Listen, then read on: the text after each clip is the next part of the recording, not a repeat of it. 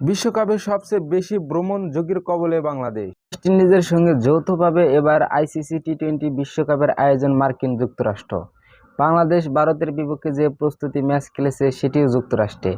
আর বিশ্বকাপের গ্রুপ পর্বে বাংলাদেশের 4 ম্যাচের 2টি যুক্তরাষ্ট্রে, অপর 2টি ওয়েস্ট ইন্ডিজে।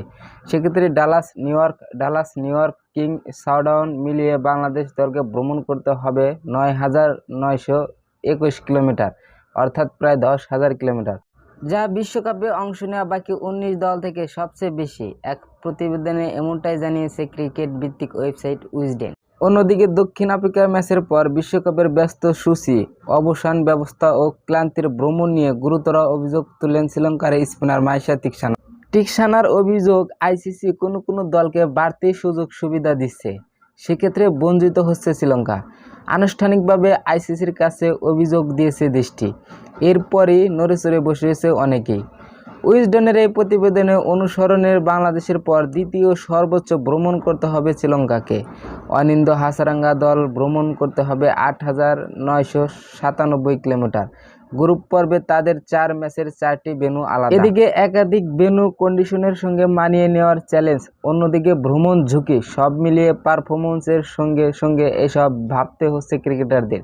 দ্বিতীয় স্থানে থাকা নেদারল্যান্ডস ভ্রমণ করতে হচ্ছে 7,380 কিলোমিটার। চতুর্থ স্থানে থাকা নেপাল দলকে ভ্রমণ করতে হবে 4,214 কিলোমিটার।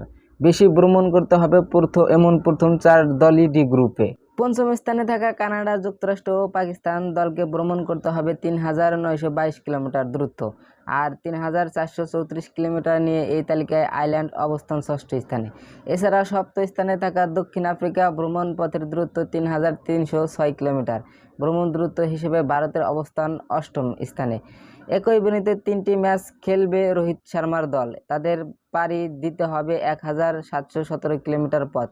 পর্যায়ক্রমে স্বাগতিক ওয়েস্ট ইন্ডিজকেও ভ্রমণ করতে হবে 1,709 কিলোমিটার।